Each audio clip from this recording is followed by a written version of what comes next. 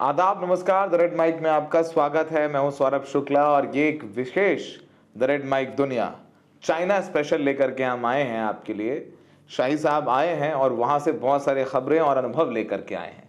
शाही साहब 3 महीने एक फेलोशिप पर चाइना थे।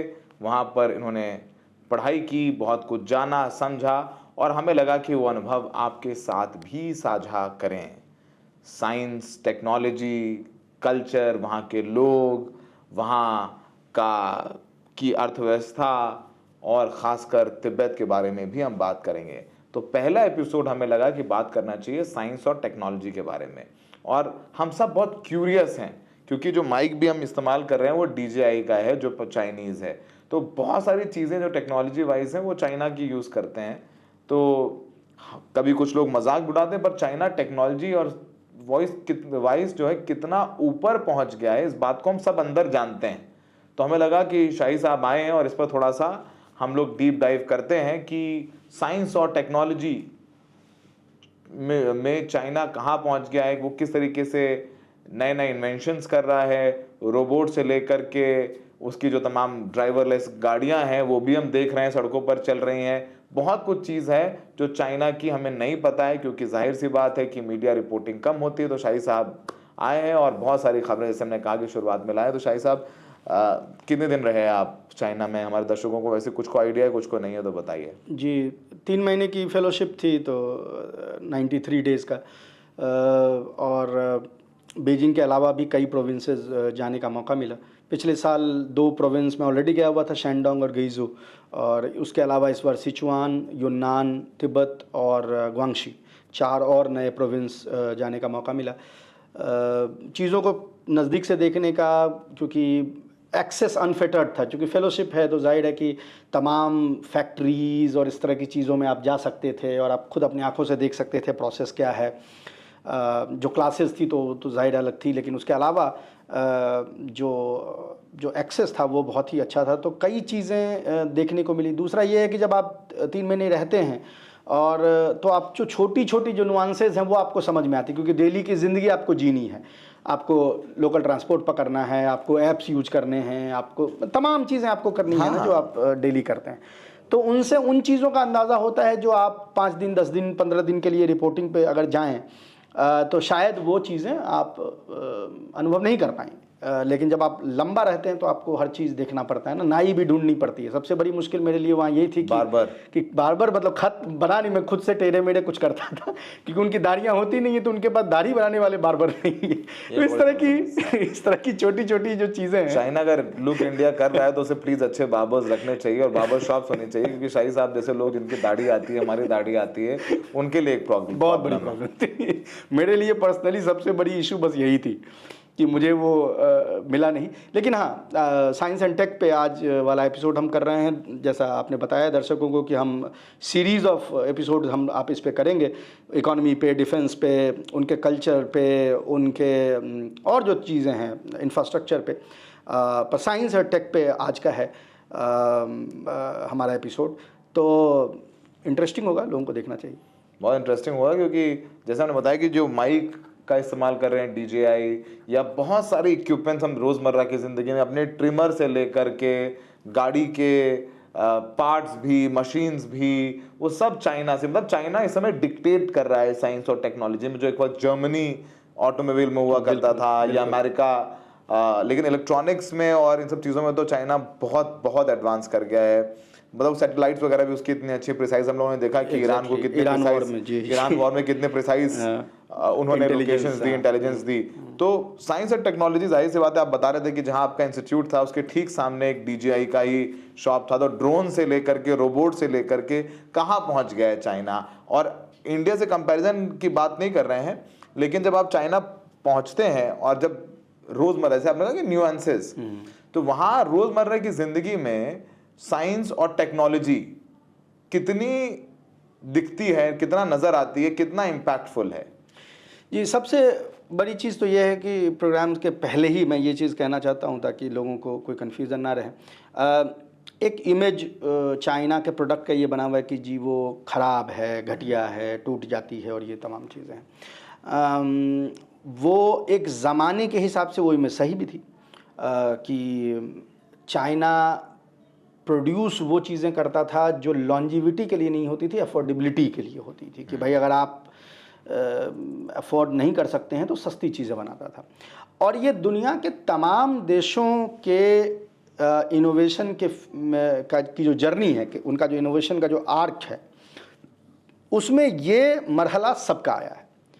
जैसे आज जापान पिछले 25, 30, 40 सालों से लोग समझते हैं कि भाई जापानीज़ का मतलब बेहतरीन, लेकिन अगर आप 50s और 60s में जापान के प्रोडक्ट के बारे में पढ़ेंगे तो आपको उसके वैसे ही मजाक उसका उड़ाया जाता था जिस तरह से चीनी प्रोडक्ट का उड़ाया जाता है।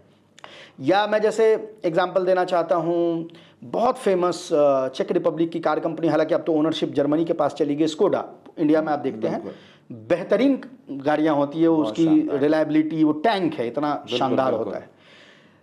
वो अगर आप 70s और 80s में देखते उस कंपनी को, तो उसका इतना मजाक उड़ाया जाता था कि बोलते थे कि स्कोडा की गाड़ी का वैल्यू डबल कैसे किया जा सकता है, तो बोलते थे पेट्रोल भर के, यानी उसकी कीमत, गाड़ी की कीमत वो मानते थे कि इतनी ही है जितनी में उसका टैंक का पेट्रोल।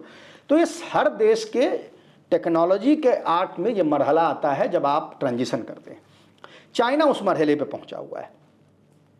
चाइनीज प्रोडक्ट आपके मुल्क में किस क्वालिटी का है, ये आपके मुल्क के हैसियत को बताता है, चीन के हैसियत को नहीं। बिल्कुल।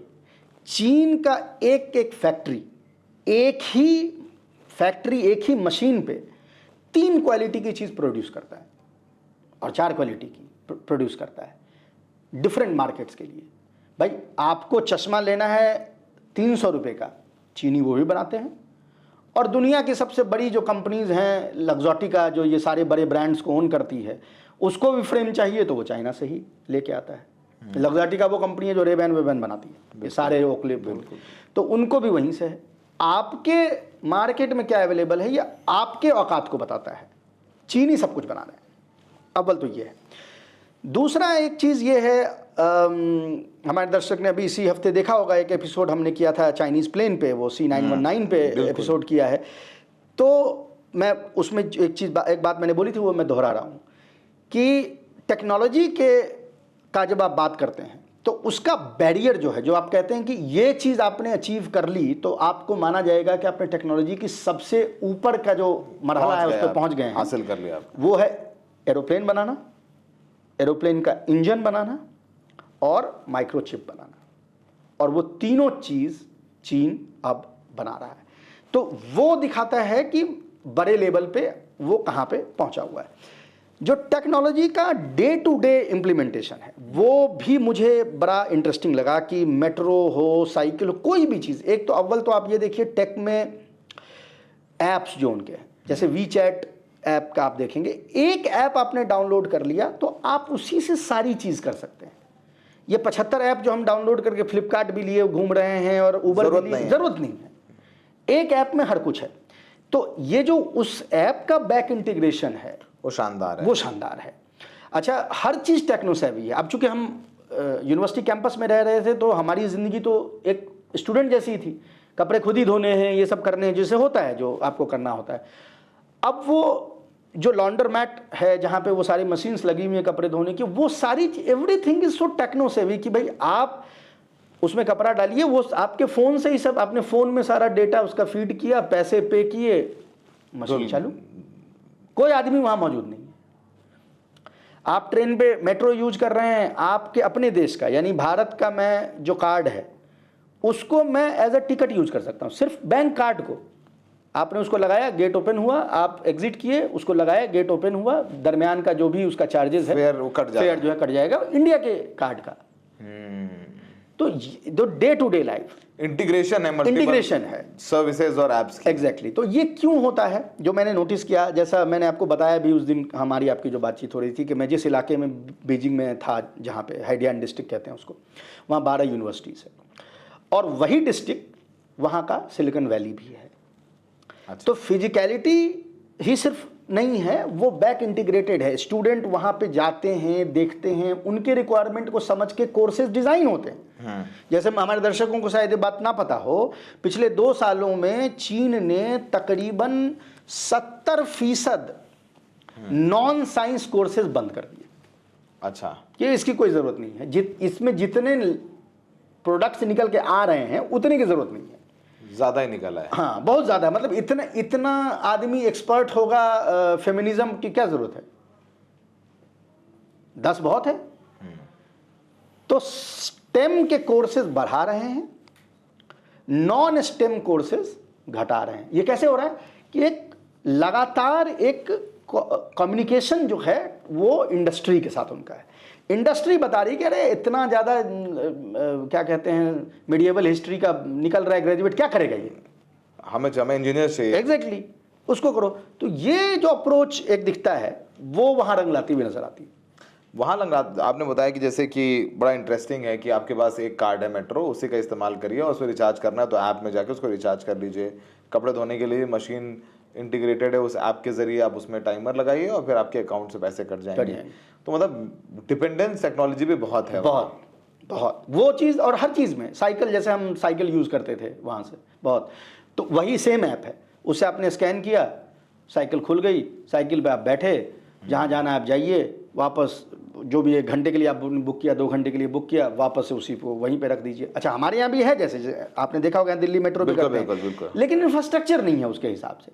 वहाँ आपको सोचना नहीं है, आप जहाँ भी जाएंगे 100 मीटर पे उस साइकिल की एक पार्किंग बनी हुई है, तो आप पार्किंग में लगाइए, पार्किंग में लगाइए, अब निकल जाए। आपको ये नहीं सोचना है कि अब लेके हम यहाँ चलेंगे, अब कहाँ पार्किंग ढूंढ रहे हैं। मंडी हाउस से लाएं तो हम अगर आ गए तो जाके मंडी हाउस में लगाना, या लोधी रोड में इतनी दूर है कि फिर मैं वहाँ पार्क करूंगा तो फिर मुझे जिसके घर जाना है फिर वहाँ से 1.5 किलोमीटर हो गया। तो ये सब चीज़ें जो है, मतलब एक यानी ये जो इंफ्रास्ट्रक्चर और टेक्नोलॉजी का इंटीग्रेशन है। और सिर्फ यही नहीं है, जैसे हम एक जगह वहाँ पे गए जो उनके जो स्पेशली एबल्ड जो पर्सन्स हैं उनका एक इंस्टीट्यूट है जहाँ पे उनके लिहाज की चीज़ें वो आविष्कार कर रहे हैं। अब मैं सही बताऊं, मुझे सुबह उतना इंटरेस्ट नहीं था, मैं कहा यार मैं इसमें क्या देखूंगा, पर चला गया क्योंकि भाई कोर्स का हिस्सा है, आपको करना है, क्यूरियस थे। वहाँ जाके जब मैंने सामान देखे तो मेरे तो होश ही उड़ गए कि भाई कंप्लीटली एक जो विजुअली इम्पेयर्ड आदमी है उसके लिए मशीन्स ऐसी बनी हुई हैं कि वो मोटा मोटी एक शैडो देख सकता है, या उसके दिमाग में एक इमेजरी सेंसरी क्रिएट हो जाती है। तो ये सब चीज़ें, और ये चीज़ लोगों के लिए, जैसे मैक्सोस्केलेटन का आपने सुना होगा कि एक चीज़ होती है जो आपने ऐसे कमर में पहन ली या यहाँ पे पहन ली, तो वो आपके काम को आसान कर देता है। यानी आप जो झुकते हैं, जैसे मजदूर हैं आप और आप बोरी जो है उठा रहे हैं, तो वो क्या करता है कि आपके घुटनों के पर जो जोर पड़ रहा है उसको वो कम कर देता है, उसको मैक्सोस्केलेटन कहा जाता है। अब टीवी पे देखना, और सुबह मैं वॉक करते हुए निकल रहा हूँ, मैं देख रहा हूँ बुड्ढे पहन के जा रहे हैं उसको, तो वो चीज़ एकाएक मतलब वो आपको आश्चर्यचकित करती है ना कि अरे अभी तक तो टीवी पे देख रहे थे कि ये होगा, यहाँ तो हो रहा है, यहाँ हो रहा है। जैसे एक मशीन उन्होंने बना रखा है बुड्ढों के लिए कि यहाँ लगा दिया फॉल को रोकने के लिए, टू अरेस्ट द फॉल। वो जैसे ही उसके जीपीएस को लगेगा कि आप ऐसे गिर रहे हैं, वो एक बलून जैसी चीज, एयर बैग जैसी चीज क्रिएट कर देगा ताकि आप जो गिरे जमीन पे तो आपके कूल्हे ना टूटे। ये मैंने देखा कि बूढ़े लोग पहन के चल रहे हैं रोड पे, ये नहीं कि वो सिर्फ ट्रायल फेज में है, लोग इस्तेमाल कर रहे हैं। तो टेक्नोलॉजी बड़े लेवल पे आप प्लेन बना रहे हैं, बड़े लेवल पे फाइटर जेट्स बना रहे हैं, लेकिन उसको लोगों के साथ उसका जो वो आयाम है जो कॉमन आदमी के साथ है कि बूढ़ा आदमी, हियरिंग इम्पेयर्ड आदमी, विजुअली इम्पेयर्ड आदमी, उसको कैसे यूज कर रहा है, वो इम्पोर्टेंट है। तो ये बताइए कि एक दो जो आपने बताया कि लोग इस्तेमाल कर रहे हैं, इनोवेशंस कर रहे हैं और बहुत डिपेंडेंस है टेक्नोलॉजी पर, लोग कितने रिसेप्टिव हैं? एक होता है ना कि हमारे हिंदुस्तान में तो किसी को कोई इंटरेस्ट नहीं है, उनको लग रहा है मेट्रो में चढ़ गए वही हमने आज बहुत बड़ा काम कर दिया, कि public transport is very bad in India. तो वहाँ के लोग कितने रिसेप्टिव है कि नहीं हम ये कर सकते हैं? बहुत सारे लोग टेक्नोलॉजी के साथ नहीं चलना चाहते हैं। जी बिल्कुल। वहाँ पर कितने रिसेप्टिव हैं वो लोग? देखें, अब मुझे ये लगा कि एक खटक तो वहाँ भी है। वो खटक किस चीज़ से आती है? वो इस चीज़ से आती है कि कहीं ना कहीं टेक्नोलॉजी आदमी को रिप्लेस करता है ना। तो मैंने देखा कि किसी जगह फैक्ट्री में, मुझे लोगों ने बताया, फैक्ट्री के मैनेजर ने मुझसे कहा कि देखें यहाँ पे आप फैक्ट्री फ्लोर पे जो कुछ आदमी देख रहे हैं, इनको हमने सिर्फ इसलिए रखा है कि ये इनको अगर हम रिप्लेस कर देंगे मशीन से तो ये बेरोज़गार हो जाएंगे। तो वो एक बैलेंस है जो अभी भी बना हुआ, यानी फुल इंटीग्रेशन अभी नहीं है। लेकिन फिर भी एआई का जितना इस्तेमाल वो लोग कर रहे हैं, जाहिर सी बात है, जो उनकी पॉपुलेशन भी कम नहीं है, अच्छे Exactly, शायद हमारे बाद सबसे ज्यादा पॉपुलेशन चाइना की है। हाँ। तो वो एक एआई का भी इम्पैक्ट तो होगा वहाँ एम्प्लॉयमेंट वगैरह। ऑलरेडी दिख रहा है। देखें कंट्रीज के उसमें क्या होता है, जब आप ट्रांजिशन करते हैं लो टेक से हाई टेक के लिए, जब पिरामिड में आप ऊपर चढ़ते हैं तो ये मरहला आता है जिसमें एक दरमियान में आपको मैनेज करना पड़ता है। जैसे अभी क्या, एक चाइना में ये बहुत बड़ी इशू है कि अब जो बच्चा सिंघुआ यूनिवर्सिटी से डिग्री लेके निकल रहा है पीएचडी की, वो फ्लोर मैनेजर तो बनेगा नहीं। जाहिर सी बात है, कैसे बन जाएगा वो? ठीक है, उसके अपने ख्वाहिशात हैं, उसके तवक्कुआत अलग हैं और कॉम्पिटेंट है वो। तो ये एक मैनेज करना, ये एक प्रॉब्लम है। यूथ अनएम्प्लॉयमेंट जनरल अनएम्प्लॉयमेंट से ज़्यादा है, पर वो क्यों है? क्योंकि आप एक सर्टेन काम को ले नहीं रहे हैं। लेकिन साथ ही साथ क्या हो रहा है कि आप उस वैल्यू चेन में ऊपर जा रहे हैं, आप ईवी बना रहे हैं, आप फोटोवोल्टेइक सेल में जा रहे हैं, तो वहाँ उनको इंटीग्रेट किया जाएगा, तो एक बैलेंस वहाँ पे चल रहा है। जो रिसेप्टिव है लोग, वो तो नजर आता है कि मैंने किसी को नहीं, भाई कैश आप यूज नहीं कर सकते हैं मैक्सिमम जगह, सब कार्ड यूज, सब कार्ड नहीं, कार्ड भी रिडंडेंट है। ऐप फोन के जरिए कार्ड इज रिडंडेंट, कैश ज्यादा जगह यूज कर सकते हैं। मतलब आपका फोन है, आपका रिचार्ज है, पूरे चाइना घूमिए, आपको कहीं कोई 1 रुपया नहीं देना, 1 रुपए की कोई जरूरत नहीं है। भिखमंगा भी ले लेगा, हमें मिले नहीं, लेकिन अगर वो मिलते तो हम श्योर हैं कि वो भी उससे पेमेंट ले लेता। 5 रुपया, 2 रुपया, 1 रुपया, जितना भी आपको चाहिए वो पेमेंट उससे हो जाता है। वो भी बहुत अच्छे से इंटीग्रेटेड है। देखिए 93 डेज में मेरा एक पेमेंट फेल नहीं हुआ या अटका नहीं कि जी अटक गया, फोन कर रहे हैं, अरे कस्टमर केयर से बात करिए, हाँ, ये सब नहीं, वो सब नहीं हुआ।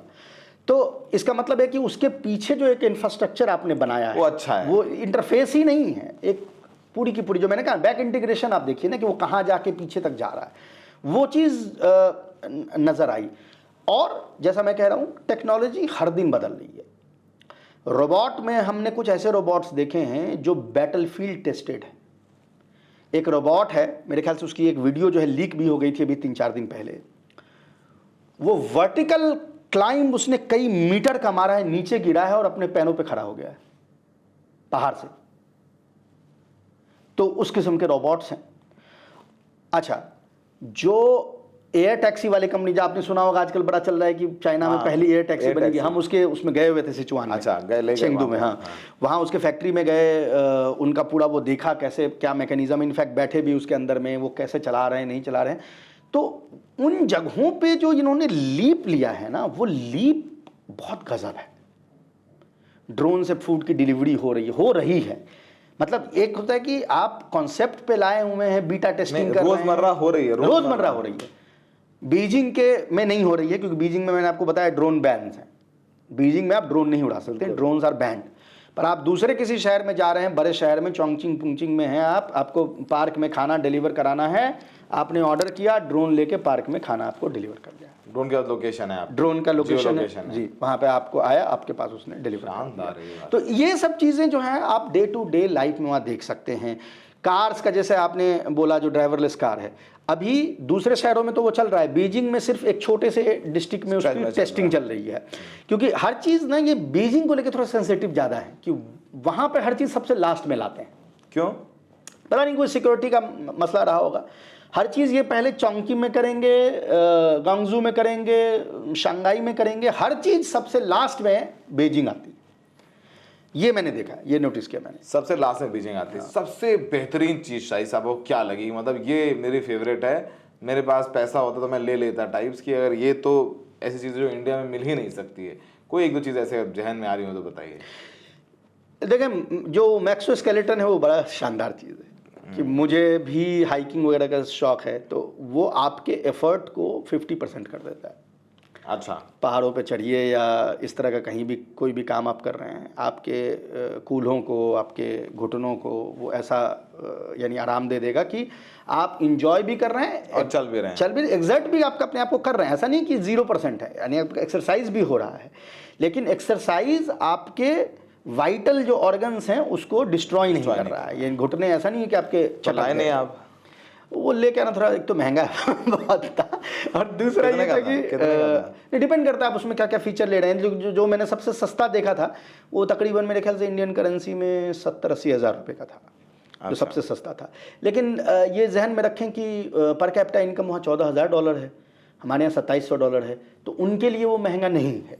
हाँ, उनके लिए वो अफोर्ड कर सकते हैं ना, क्योंकि हम ऑलमोस्ट 5 गुने का फ़र्क है पर कैपिटा इनकम में, 4 गुने का, तकरीबन 5 गुने का। अब तो चाइना अपने सॉफ्टवेयर, अपने इक्विपमेंट्स तो बहुत पहले से बेच रही है। अब तो और उसका धंधा इंडिया से बढ़ ही गया है। एग्जैक्टली। इंडिया तो बहुत चीज़ एक्सपोर्ट होता है, मतलब फर्नीचर वगैरह, टेबल वगैरह, सब कुछ एक्सपोर्ट होता है। हम यूनान प्रोविंस में हमें साउथ एशिया, उनका जो एशिया पैसिफिक ट्रेड फेयर होता है, उसमें जाने का मौका मिला। तमाम इंडियंस भी वहाँ पे आए हुए थे, और उसमें जिस लेवल ऑफ ट्रेड था वो गजब था। मतलब वो मतलब लग ही नहीं रहा था कि इनकी अभी झड़प हुई है 2-4 साल पहले। मतलब जितने बड़ी तादाद में बिजनेसमैन वहाँ पे आए हुए थे, मतलब ये हाल था कि मैं एक्सेस बैगेज बुक नहीं करा पाया, क्योंकि 4-4 महीने की बैगेज लोगों ने बुक करा रखी है प्लेन में। खूब चाइना जा रहे हैं लोग, खरीद रहे हैं, बहुत सारे लोग इक्विपमेंट भी ला रहे हैं, खूब ड्रोन वगैरह भी ला रहे हैं, माइक भी ला रहे हैं, सब सारी चीजें मिल रही हैं और सस्ती मिल रही हैं।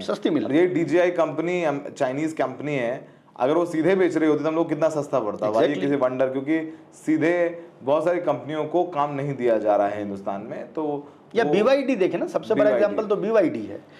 मैं तो एक्चुअली अगर आप देखें, सबसे बड़ी चीज़ जो आपको वहाँ पे आश्चर्यजनक लगेगी, ये रोबोट तो खैर हैं ही, लेकिन डे टू डे हमारा उसका कोई बहुत ज़्यादा काम लेना देना नहीं था। लेकिन वो BYD की जो कार्स हैं वो टैक्सी में आती थी। हाँ, वो टैक्सी में आती थी, हम लोग टैक्सी बुक करते थे तो BYD की गाड़ियाँ भी आती थी उसमें। देख रहे भैया, हम लोग यहाँ ऑटो में चल रहे हैं, रिक्शे में चल रहे हैं, टुक आजकल क्या कहते हैं, टिर्री में चल रहे हैं।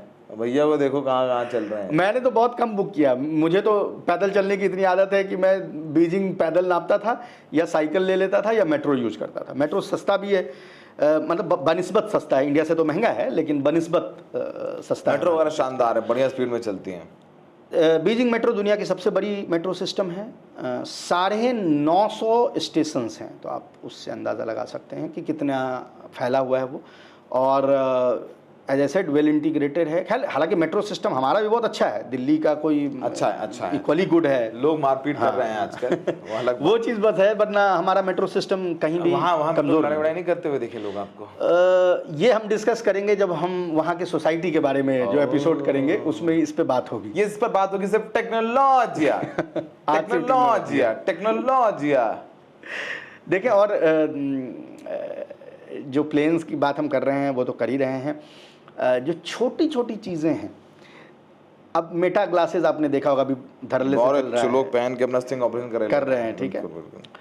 उसकी जो लोकल वर्जन थी, अब वो भी वहीं बन रहा है, बड़े कंपनी का। तो उनकी वो फैक्ट्रीज जो हैं वो लोकल वर्जन भी बनाती हैं, जो कि ऑलमोस्ट इक्वली गुड होती हैं, बस उसमें ब्रांडिंग नहीं होती। ब्रांडिंग नहीं, और खराब भी हो सकता है, हो जाए जल्दी, हो जाए। पता है कितने का मिल रहा था? वारंटी नहीं है। कितने का मिल रहा था वो 80 युआन का मिल रहा था, 1200 रुपये। खराब ही हो जाए तो क्या हो गया, 3 दिन में पहन लूंगा तो 1200 रुपये रिकवर हो गए उसके। हालांकि मेरे बहुत सारे, तो मैंने लिया नहीं, हमारे बहुत सारे दोस्तों ने वो लिया और वो महीने भर वो वहाँ यूज किया, और वो बड़ा अच्छा उसको यूज कर रहे थे, उसमें कोई मसला नहीं था। तो हम लोगों ने मेट्रो की बात कर ली, हम रोबोट्स की बात कर ली, हम लोगों ने फ़ोन्स, इलेक्ट्रॉनिक्स में तो जब चाइना बहुत ज़बरदस्त कर रहा है। शाही साहब, ये बताइए कि जब आप वहाँ गए फेलोशिप में, आप अपनी ज़िंदगी में रोज़मर्रा में किस चीज़ का सबसे ज़्यादा इस्तेमाल कर रहे थे when it comes to science and technology? उस ऐप का ही तो आपने अपने आप को, उस ऐप का तो, वो तो ऐप आपका एक समझिए कि सेकंड नेचर है। हाँ, मतलब वो ज़िंदगी की हकीकत, वो तो ज़िंदगी की हकीकत है, उसके बिना तो आप मूवी नहीं कर सकते। हर चीज़ तो हम उसी से कर रहे थे, हर चीज़ उसी से कर रहे थे। बट उसके अलावा देखें तो मुझे लगता है कि हर दिन जो वीडियो वहाँ से भेज रहे हैं वो DJI माइक में रिकॉर्ड हो रही है, उसका स्टैंड जो यूज कर रहे हैं, लाइट यूज कर रहे हैं, वो सारी चीज़ें DJI और Xiaomi की यूज उसमें कर रहे थे। और मुझे लगता है कि डे टू डे मैंने सबसे ज़्यादा जो चीज़ यूज किया है वो उनके ट्रांसपोर्टेशन सिस्टम का यूज़ किया है, मेट्रो का और कैब का और इस तरह की चीज़ों का। And you enjoyed it? मतलब सीमलेस। मैंने कहा ना, 93 डेज़ में मेरा एक भी कहीं पे ना कोई पेमेंट फंसा, ना कहीं ये हुआ कि जी एक्स्ट्रा कट गया। अब मैं एक छोटा सा एग्जांपल आपको दे रहा हूँ। एक कंपनी है वहाँ की, लकिन कॉफ़ी करके, दुनिया के सबसे बड़े कुछ कंपनीज में से है। सिर्फ चाइना के अंदर उसके 30,000 स्टोर हैं, ठीक है, अभी उसने न्यूयॉर्क में खोल दिया है। अब वो ज़िंदगी का आपके कितना आसान किए हुए कि अब इसी ऐप से, उसके ऐप आपको कुछ नहीं डाउनलोड करना है, यही ऐप जो वीचैट है। मैं कमरे में बैठा हुआ हूँ, मुझे वो उनकी कॉफ़ी सुबह चाहिए, मैंने अपने कमरे से वो कॉफ़ी की बुकिंग की, वो हर चीज़ इंटीग्रेटेड है, सारा सिलेक्शन वेलेक्शन आप उस पर भी कर सकते हैं, हमारे यहाँ भी है, लेकिन वो उतना सीमलेस काम नहीं करता। आप वो गए, आपने वहाँ से जब पहुँचे, आपकी कॉफ़ी पड़ी हुई है, कोई आदमी नहीं, पूरे स्टोर में एक ही आदमी जो कॉफ़ी बना रहा है, उसका और कोई काम नहीं है, सिर्फ कॉफ़ी बना रहा है। बस वो कॉफ़ी सिर्फ बना रहा है। वो जो एडमिनिस्ट्रेशन का सारा काम है वो ऐप कर रहा है। वो पर्ची कट के उसके पास रखी हुई है, आपने अपनी पर्ची देखी, अपनी कॉफ़ी उठाई, आपने वो ऐसे स्क्रीन पे लगाया, भन्न से आवाज़ किया, पैसा कटा, आप कॉफ़ी लेके निकल गए। और जब ह्यूमन इंटरफेरेंस कम हो जाता है, थोड़ा सा चूक से ज़्यादा कुछ कॉम्प्रोमाइज कर किसी ने पैसा ज़्यादा ले लिया, बिल में गुल्ली कर दी, ये सब बंद हो जाता है। थोड़ा जो करप्शन जो होता है ना, एक बिल्कुल नैतिक करप्शन भी वो खत्म हो जाता है। 6 सिग्मा एक चीज़ होती है इंटरनेशनल रेटिंग की, इसको सिग्मा रेटिंग कहा जाता है। 6 सिग्मा मतलब 6 0, अगर एक मतलब 1 मिलियन में एक मिस्टेक।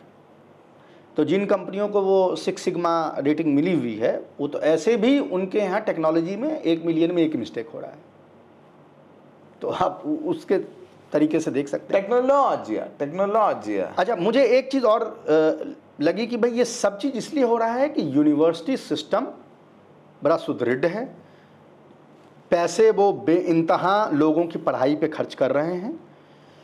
असली चीज़ वही है, देखिए असली सरमाया तो वही है ना कि स्टूडेंट आपका पढ़ रहा है, वही स्टूडेंट तो ये चीज़ें बना रहा है ना। तो स्टूडेंट की शिक्षा अच्छी कर दो, लिविंग स्टैंडर्ड अच्छा कर दो, ताकि वो अच्छा टीचर बने, अच्छा प्रोफेशनल बने, फिर वो आगे ले जाए। ये मतलब लॉन्ग लास्टिंग। हमने इसी साल के शुरुआत में या मेरे ख्याल से पिछले साल के दिसंबर में एक एपिसोड किया था, आपको याद होगा, लाइडेन यूनिवर्सिटी, नहीं इस साल के शुरुआत में लाइडेन यूनिवर्सिटी ने अपनी रैंकिंग में चाइना के 2 यूनिवर्सिटीज़ को हार्वर्ड से ऊपर रैंक किया। तो ये चीज़ वहाँ दिखती है, आपके जो पैसा खर्च, असली पैसा आपको ह्यूमन रिसोर्स पे खर्च करना है, तभी आप यहाँ पहुँचेंगे, तब आपका आउटपुट निकाल एग्जैक्टली आपका। ये ओवरनाइट नहीं हो सकता है, इसमें वक्त लगता है। चाइना ने इतने साल किया, हम भी कर सकते हैं, ठीक है, मतलब उसके लिए पॉलिटिकल विल चाहिए, वो चाहिए। क्योंकि मतलब हम लोग साइंस और टेक्नोलॉजी में बात कर रहे हैं, बीजिंग भी कहते हैं बहुत प्रदूषण है, तो प्रदूषण से कैसे निपट रहे हैं? कौन सी इंजीनियरिंग, कौन सी साइंस के जरिए बीजिंग को पोल्यूशन कम किया गया है? आपने डिड यू फेस पोल्यूशन? मैं जिस दिन पहुंचा था वो उनका सबसे पोल्यूटेड मंथ होता है। अच्छा, कितना था AQI? जो मेरे रहते हुए सबसे ज़्यादा पोल्यूटेड जिस दिन AQI था, उस दिन 165 था, सबसे पोल्यूटेड। लेकिन ये 3 महीने का अगर एवरेज मैं निकालूंगा तो वुड बी एनीवेयर अबाउंड 40, क्योंकि वो जो महीना होता है उसमें गोबी डेजर्ट से सैंड जो है वो उड़ के बीजिंग आती है। बट अब इंडस्ट्रियल पोल्यूशन वगैरह जो है वो बिल्कुल ना के बराबर है, क्योंकि सारे इंडस्ट्रीज़ जो हैं वो वेस्टर्न चाइना शिफ्ट कर दिए गए हैं, जहाँ पर बिल्कुल ही पॉपुलेशन ना के बराबर है और बड़ा एरिया है। हाँ, और हम इनफैक्ट गए थे उनके म्यूनसिपैलिटी के ऑफिस में, एक दिन का पूरा क्लास ही हमारा इसी पे था, ये रिडक्शन पे, ये कैसे AQI को मैनेज करते हैं। और उसमें तो अव्वल तो ये कि पब्लिक ट्रांसपोर्टेशन सुदृढ़ कर दी, बहुत अच्छा कर दिया, तो ज़्यादा से ज़्यादा लोग उसको यूज कर रहे हैं। और वो सिर्फ उसी को यूज नहीं कर रहे हैं, जैसा मैं आपको बता रहा हूँ कि वो आपको नज़र आएगा कि साइकिल का जैसे यूज था। अब जैसे मैप है, एक छोटी सी चीज़ देख ले कि टेक्नोलॉजी वहाँ पे क्या कैसे काम करती है। उनका अपना सैटेलाइट है, बाइडू मैप्स हैं, उन गूगल मैप वहाँ काम नहीं करता है, लेकिन मतलब वो ऐसे बुरा सा।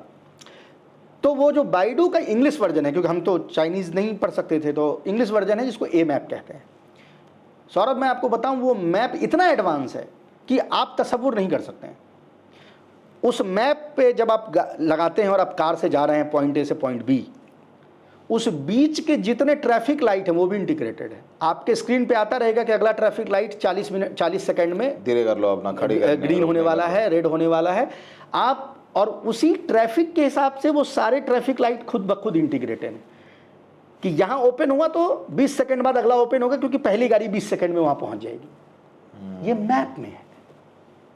उस मैप में एक ऑप्शन आता है, जब आप उस मैप में कार से शिफ्ट करते हैं बाइसिकल या पैदल पे, तो ऑप्शन आता है, 3 ऑप्शन आपके पास आएंगे। शॉर्टेस्ट, सबसे ज़्यादा शेड किस में है, कैन यू बिलीव दिस?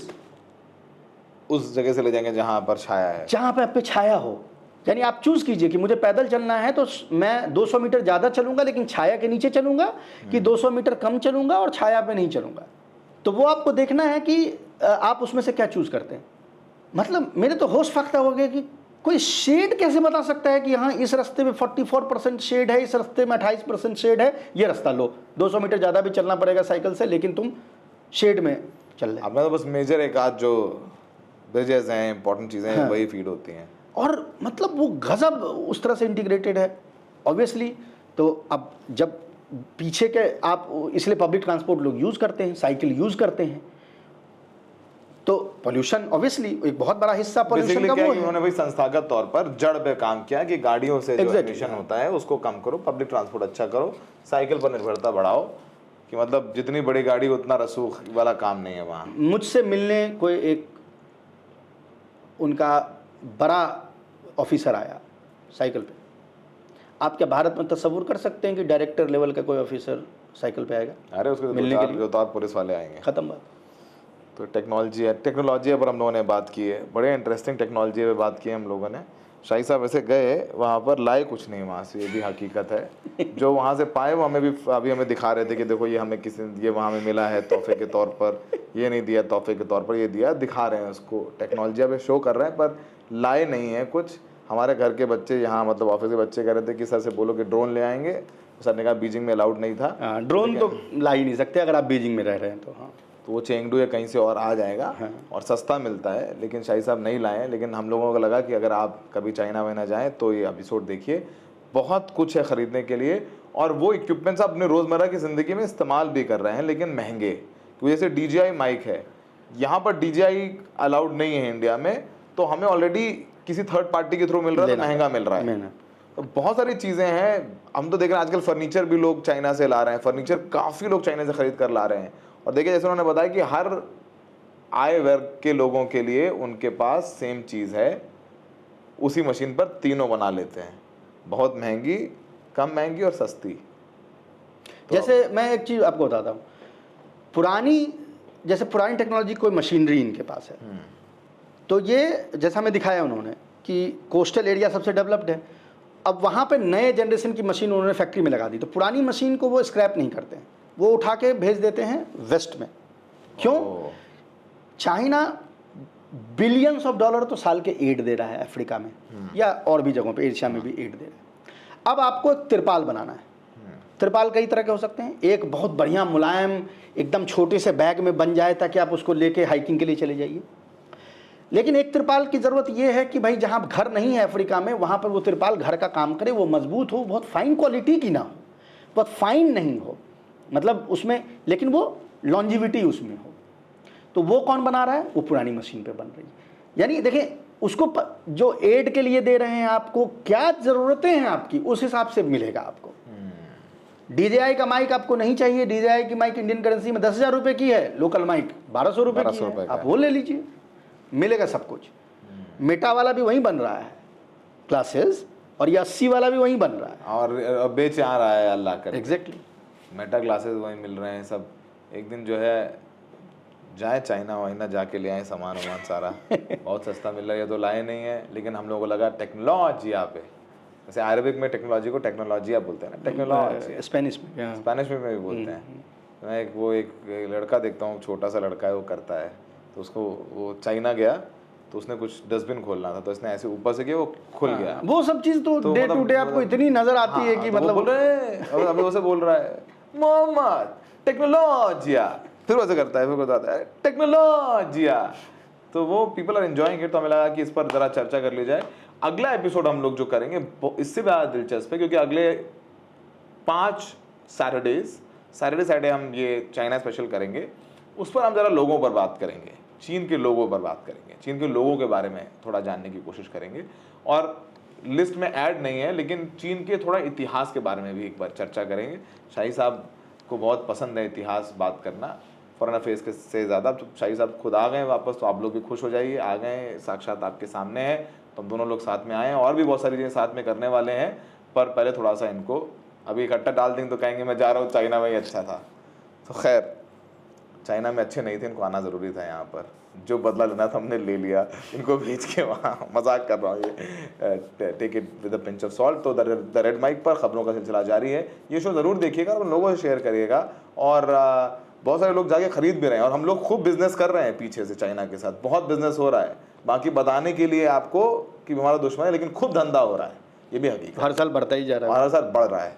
देख लीजिएगा, गूगल कर लीजिए, सौरभ शाही और सौरभ शुक्ला में यकीन नहीं है। थ्रेड माइक पर खबरों का सिलसिला जारी है। मैं देखने के लिए बहुत बहुत धन्यवाद। धन्यवाद।